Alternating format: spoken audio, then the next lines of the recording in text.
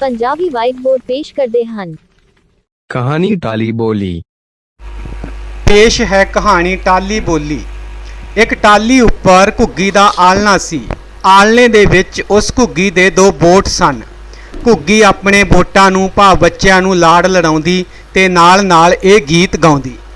टाली मेरे बच्चड़े लक टुणु टुणु, वड्डे होए उड जाणगे लक टुणु टुणु।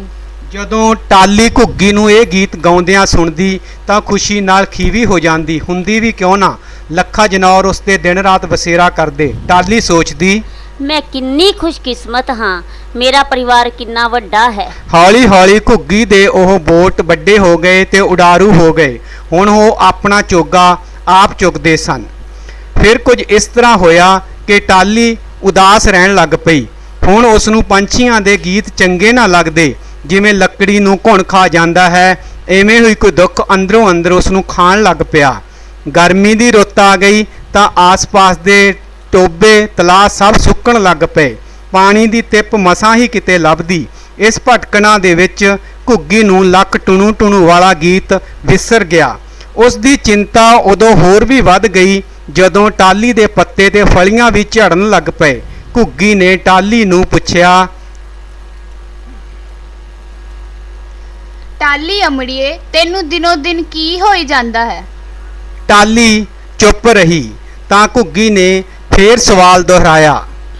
अमड़िए एक वार तां बोल, मेरे कोलों तेरी हालत तक्की नहीं जांदी। मेरे मापिया ने अपना आलना तेरे उपर बनाया सी, उस विच मैं पल के वड्डी होई। फिर मैं तेरे उत्ते अपना आलना बनाया। मेरे बोटां नूं तू आसरा दिता। तेरे पत्ते पीले क्यों पै गए ने?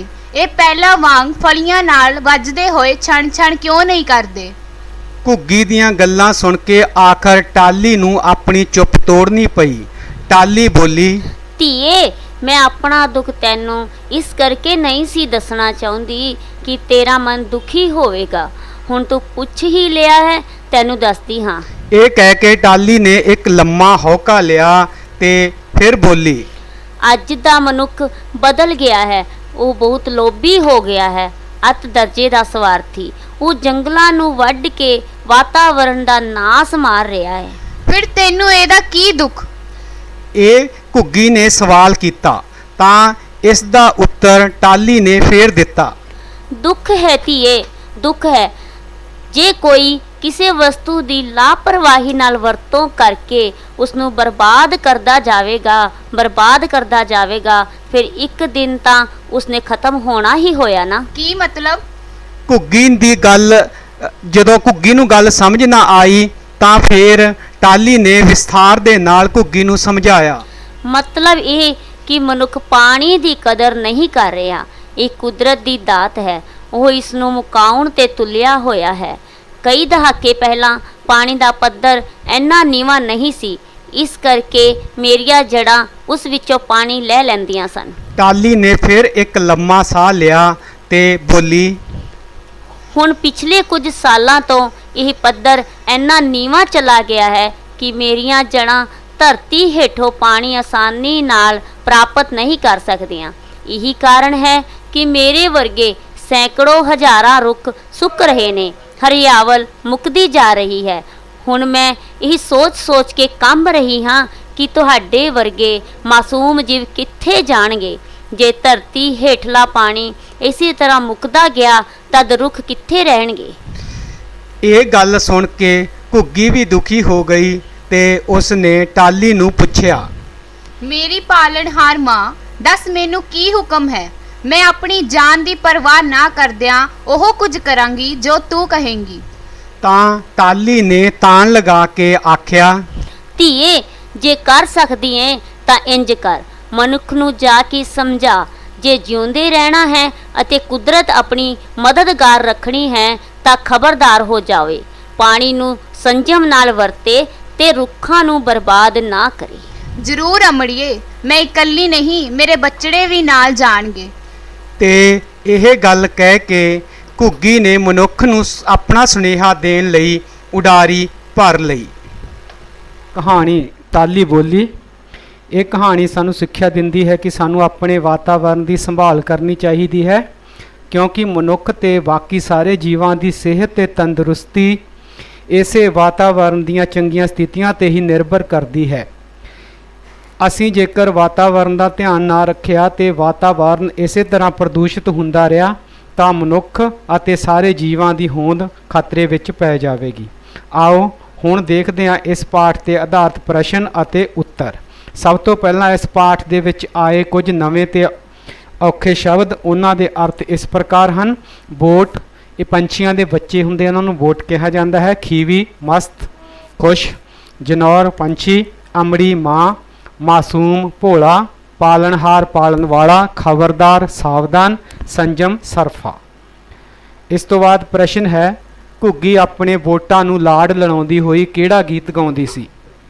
ਇਸ ਦਾ ਉੱਤਰ ਹੈ, ਜਦੋਂ ਘੁੱਗੀ ਆਪਣੇ ਬੋਟਾਂ ਨੂੰ ਲਾਡ ਲੜਾਉਂਦੀ ਤਾਂ ਗਾਉਂਦੀ ਸੀ, ਟਾਲੀ ਮੇਰੇ ਬਚੜੇ ਲੱਕ ਟੁਣੂ ਟੁਣੂ, ਵੱਡੇ ਹੋਏ ਉੱਡ ਜਾਣਗੇ ਲੱਕ ਟੁਣੂ ਟੁਣੂ। ਅਗਲਾ ਪ੍ਰਸ਼ਨ ਹੈ, ਘੁੱਗੀ ਨੂੰ ਇਹ ਗੀਤ ਲੱਕ ਟੁਣੂ ਟੁਣੂ ਵਾਲਾ ਗੀਤ ਕਿਉਂ ਵਿਸਰ ਗਿਆ, ਕਿਉਂ ਭੁੱਲ ਗਿਆ? ਇਸ ਦਾ ਉੱਤਰ ਹੈ, ਗਰਮੀ ਦੀ ਰੁੱਤ ਵਿੱਚ ਪਾਣੀ ਦੀ ਕਮੀ ਹੋ ਗਈ, ਜਿਸ ਕਾਰਨ ਘੁੱਗੀ ਨੂੰ ਪਾਣੀ ਦੀ ਭਾਲ ਵਿੱਚ ਭਟਕਣਾ ਪੈਂਦਾ ਸੀ। ਇਸ ਭਟਕਣ ਦੇ ਵਿੱਚ ਘੁੱਗੀ ਨੂੰ ਲੱਕ ਟੁਣੂ ਟੁਣੂ ਵਾਲਾ ਗੀਤ ਵਿਸਰ ਗਿਆ ਸੀ।